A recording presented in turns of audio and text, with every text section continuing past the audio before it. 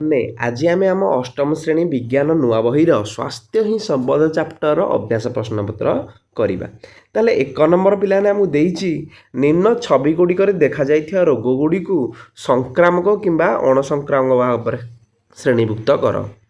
ତାହେଲେ ପିଲାମାନେ ସଂକ୍ରାମକ ରୋଗରେ ଆମର ଥଣ୍ଡା, ଜ୍ୱର, ଟାଇଫଏଡ଼୍ ଏବଂ ମିଳାମିଳା ହେଲା, ଏବଂ ଅଣସଂକ୍ରାମକ ରୋଗରେ ମଧୁମେହ, ଶ୍ୱାସ ରୋଗ ହେଲା। ସଂକ୍ରାମକ ମାନେ ଯେଉଁଟା ଜଣଙ୍କଠୁ ଅନ୍ୟ ଜଣକୁ ବ୍ୟାପୁଥିବ।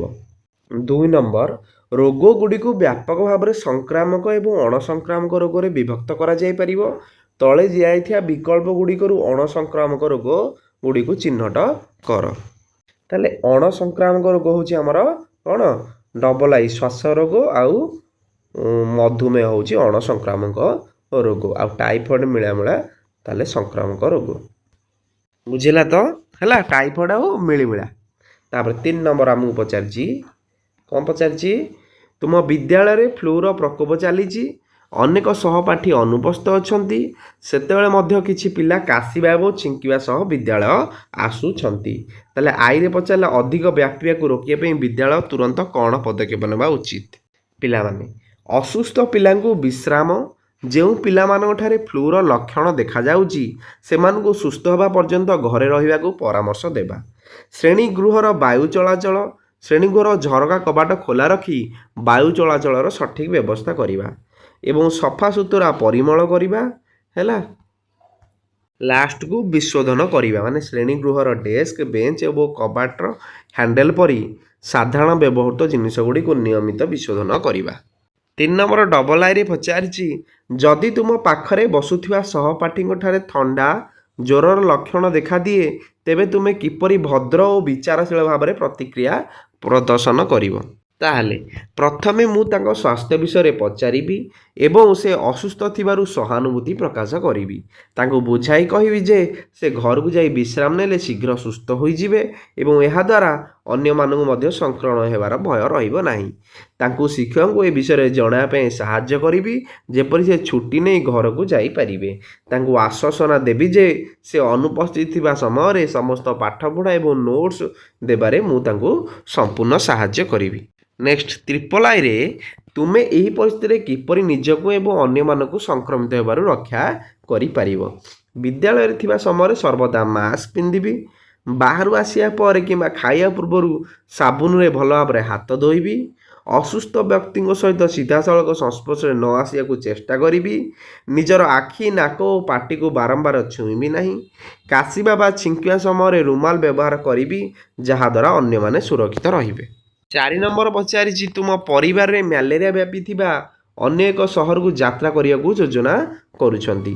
ତାହେଲେ ଯାତ୍ରା ପୂର୍ବରୁ, ଯାତ୍ରା ସମୟରେ ଏବଂ ଯାତ୍ରା ପରେ ତୁମେ କ'ଣ ସତର୍କତା ଅବଲମ୍ବନ କରିବ? ତାହେଲେ ପିଲାମାନେ ଯାତ୍ରା ପୂର୍ବରୁ ଆମେ କ'ଣ କରିବା? ଡାକ୍ତରଙ୍କ ସହ ପରାମର୍ଶ କରି ପ୍ରତିଷେଧକ ବ୍ୟବସ୍ଥା ଗ୍ରହଣ କରିବା ଏବଂ ମଶାରୀ, ମଶା ଘଉଡ଼ାଇବା ଔଷଧ ବା ମଲମ ସାଥିରେ ନେବା ଆବଶ୍ୟକ। ଯାତ୍ରା ସମୟରେ ସର୍ବଦା ମଶାରୀ ଟାଙ୍ଗି ଶୋଇବା, ଶରୀରକୁ ସମ୍ପୂର୍ଣ୍ଣ ଘୋଡ଼ାଇ ରଖିଥିବା ପୋଷାକ ପିନ୍ଧିବା ଏବଂ ରହୁଥିବା ସ୍ଥାନ ଚାରିପାଖରେ ପାଣି ଜମିବାକୁ ଦେବା ଉଚିତ ନୁହେଁ। ଯାତ୍ରା କରିସାରିବା ପରେ ସେ ହେଲା, ଯାତ୍ରା ସରେ ଆମର ଯେତେବେଳେ ଭଲ ହେଇଯାଇଥିବ ଆମେ ସବୁବେଳେ ରକ୍ତ ପରୀକ୍ଷା ଲେଖିଯାଇଛି, କ'ଣ କରିବା? ରକ୍ତ ପରୀକ୍ଷା କରିନେବା। ଡବଲ ଆଇରେ ତୁମେ ତୁମର ଭାଇ ଭଉଣୀ ଓ ମଶାରୀ, ମଶା ପ୍ରତିରୋଧକ ଗୁରୁତ୍ୱକୁ କିପରି ବୁଝାଇ ପାରିବ?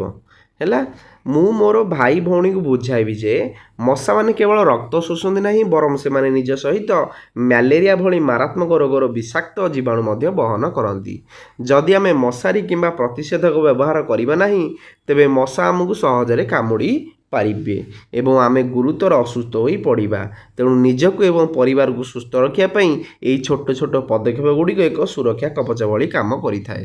ନେକ୍ସଟ ଟ୍ରିପଲ ଆଇରେ ଆମକୁ ପଚାରିଛି ଯଦି ଯାତ୍ରୀମାନେ ଏପରି ଅଞ୍ଚଳରେ ସ୍ୱାସ୍ଥ୍ୟ ପରାମର୍ଶକୁ ଅଣଦେଖା କରନ୍ତି ତେବେ କ'ଣ ହୋଇପାରେ? ସେମାନେ ଗୁରୁତର ଅସୁସ୍ଥତା, ମାନେ ଯାତ୍ରୀମାନେ ସଂକ୍ରାମକ ରୋଗରେ ପୀଡ଼ିତ ହୋଇ ଗୁରୁତର ଭାବେ ଅସୁସ୍ଥ ହୋଇପଡ଼ନ୍ତି ଏବଂ ସେହି ଯାତ୍ରୀଙ୍କ ମଧ୍ୟରେ ରୋଗଟି ଅନ୍ୟ ସୁସ୍ଥ ଲୋକଙ୍କୁ ବ୍ୟାପିବାର ସମ୍ଭାବନା ଥାଏ।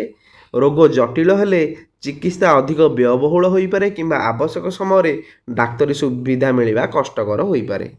ପାଞ୍ଚ ନମ୍ବର ଆମକୁ ଦେଇଛି ତୁମ ଦାଦା ତାଙ୍କ ବନ୍ଧୁମାନଙ୍କ ସହିତ ମିଶି ଧୂମ୍ରପାନ ଆରମ୍ଭ କରିଛନ୍ତି।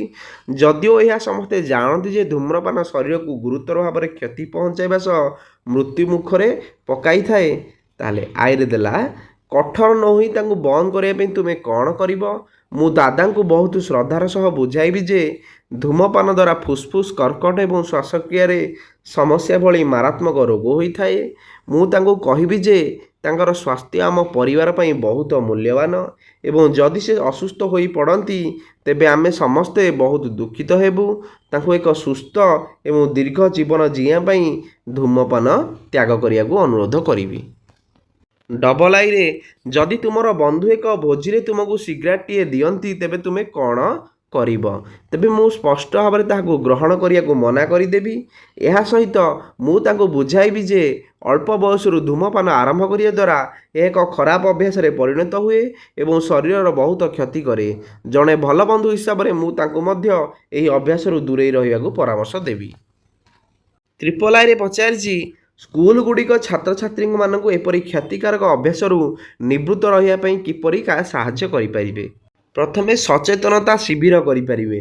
ନିୟମିତ ଭାବେ ଧୂମପାନ ଓ ନିଶାଦ୍ରବ୍ୟର କୁପରିମାଣ ବିଷୟରେ ସଚେତନତା ସଭା ଓ ପୋଷ୍ଟର ପ୍ରଦର୍ଶନୀ ଆୟୋଜନ କରିପାରିବେ। ସ୍ୱାସ୍ଥ୍ୟ ଶିକ୍ଷା କରିପାରିବେ ଏବଂ ପରାମର୍ଶ ଦେଇପାରିବେ ଯେ ସ୍କୁଲ ପରାମର୍ଶଦାତା ରଖିବା ଉଚିତ, ଯିଏ ପିଲାମାନଙ୍କୁ ମାନସିକ ଚାପରୁ ରକ୍ଷା ପାଇବା ପାଇଁ ସଠିକ୍ ବାଟ ଦେଖାଇବେ, ଯାହାଦ୍ୱାରା ସେମାନେ ନିଶା ପ୍ରତି ଆକର୍ଷିତ ହେବେ ନାହିଁ। 6 ନମ୍ବର ପ୍ରଶ୍ନ ପିଲାମାନେ ଆମକୁ ଦେଇଛି ହେଲା, ସରସ୍ୱତୀ ତାର ସାଙ୍ଗ ବନିତାକୁ କହୁଛି ଆଣ୍ଟିବାୟୋଟିକ୍ ଯେକୌଣସି ସଂକ୍ରମଣରୁ ଆମକୁ ରକ୍ଷା କରିପାରେ, ତେଣୁ ଆମ ରୋଗ ଭଲ ହେବା ବିଷୟରେ ଚିନ୍ତା କରିବାର ଆବଶ୍ୟକତା ନାହିଁ। ସରସ୍ୱତୀ ତାର ବ୍ୟକ୍ତିତ୍ୱ ଭୁଲ ଅଛି ବୋଲି ବୁଝିବା ପାଇଁ ବନିତା ତାକୁ କେଉଁ ପ୍ରଶ୍ନ ପଚାରିପାରିବ? କ'ଣ ପ୍ରଶ୍ନ ପଚାରିବ? ପ୍ରଶ୍ନ 1, ସବୁ ସଂକ୍ରାମକ ରୋଗ କେବଳ ବ୍ୟାକ୍ଟେରିଆ ଦ୍ୱାରା ହୋଇଥାଏ କି? ଯଦି ରୋଗଟି ଭୂତାଣୁ ଦ୍ୱାରା ହୋଇଥାଏ ତେବେ କ'ଣ ଆଣ୍ଟିବାୟୋଟିକ୍ କାମ କରିବ? ପ୍ରଶ୍ନ 2, ଯଦି ଜଣକୁ ମଧୁମେହ କିମ୍ବା ରକ୍ତଚାପ ଭଳି ଅଣ ସଂକ୍ରାମକ ରୋଗ ହୋଇଛି ତେବେ କ'ଣ ଆଣ୍ଟିବାୟୋଟିକ୍ ଖାଇଲେ ତାହା ଭଲ ହୋଇଯିବ? ପିଲାମାନେ ଏଠି ସରସ୍ୱତୀର ଧାରଣା ଭୁଲ ଅଟେ, କାରଣ ଆଣ୍ଟିବାୟୋଟିକ୍ କେବଳ ବ୍ୟାକ୍ଟେରିଆ ଜନିତ ରୋଗ ପାଇଁ କାମ କରେ। ଏହା ଫ୍ଲୁ, ଥଣ୍ଡା କିମ୍ବା କୋଭିଡ୍ ଭଳି ଭୂତାଣୁ ଜନିତ ରୋଗ ଉପରେ କୌଣସି ପ୍ରଭାବ ପକାଏ ନାହିଁ। ଆଣ୍ଟିବାୟୋଟିକ୍କୁ ବିନା ଡାକ୍ତରୀ ପରାମର୍ଶରେ ବାରମ୍ବାର ଖାଇବା ଦ୍ୱାରା ଆମ ଶରୀରରେ ଆଣ୍ଟିବାୟୋଟିକ୍ ରେଜିଷ୍ଟାନ୍ସ ସୃଷ୍ଟି ହୁଏ, ଯାହାଫଳରେ ପରବର୍ତ୍ତୀ ସମୟରେ ଅଧିକ ବିପଦଜନକ ହୋଇପାରେ। 7 ନମ୍ବର ଦେଇଛି ହେଲା, ଏଠି ଏକ ବର୍ଷ ମଧ୍ୟରେ ହସ୍ପିଟାଲ ରିପୋର୍ଟ ଡେଙ୍ଗୁ ମାମଲା ସଂଖ୍ୟା ବିଷୟରେ ସୂଚନା ଦିଆଯାଇଛି ହେଲା। ଏଠି ଆମେ ଏକ୍ସ ଆକ୍ସିସ୍ ୱାଇ ଆକ୍ସିସ୍ ନେଇକି ଗ୍ରାଫ ତିଆରି କରିବା ଏବଂ ଏହି ପ୍ରଶ୍ନ ଗୁଡ଼ିକର ତଳେ ଉତ୍ତର ଦେବା। ଦେଖ ପିଲାମାନେ, ଏପଟେ ଆମର ମାସର ନାମ, ଏପଟେ ଡେଙ୍ଗୁ ରୋଗୀ ସଂଖ୍ୟା, ବୁଝିହେଲା? ତାହେଲେ ସବୁଠାରୁ ଅଧିକ ଡେଙ୍ଗୁ ରୋଗୀ କେଉଁ ମାସରେ ହେଇଥିଲା? ଦେଖ ଜୁଲାଇ, ଅଗଷ୍ଟ ଆଉ ସେପ୍ଟେମ୍ବର। ପ୍ରଥମ କ୍ୱେଶ୍ଚିନ୍ ଥିଲା ସବୁଠାରୁ ଅଧିକ କେଉଁ ମାସରେ ହେଇଥିଲା ଆଇରେ। ତମେ ଏଇଟା ନିଜେ କର, ଏଇ ଚିତ୍ର ଦେଖି ନିଜେ କରିପାରିବ। ବର୍ତ୍ତମାନ ମୋତେ କହିଲ, କିଛିଟା କ୍ୱେଶ୍ଚିନ୍ କରିଦେଉଛି, ବାକି ତମେ ସବୁ ନିଜେ କରିବ, କାରଣ ଏଥିରେ କିଛି ହାର୍ଡ଼ ନାହିଁ ହେଲା। ସବୁ ଗ୍ରାଫ ଦେଇଦେଲି।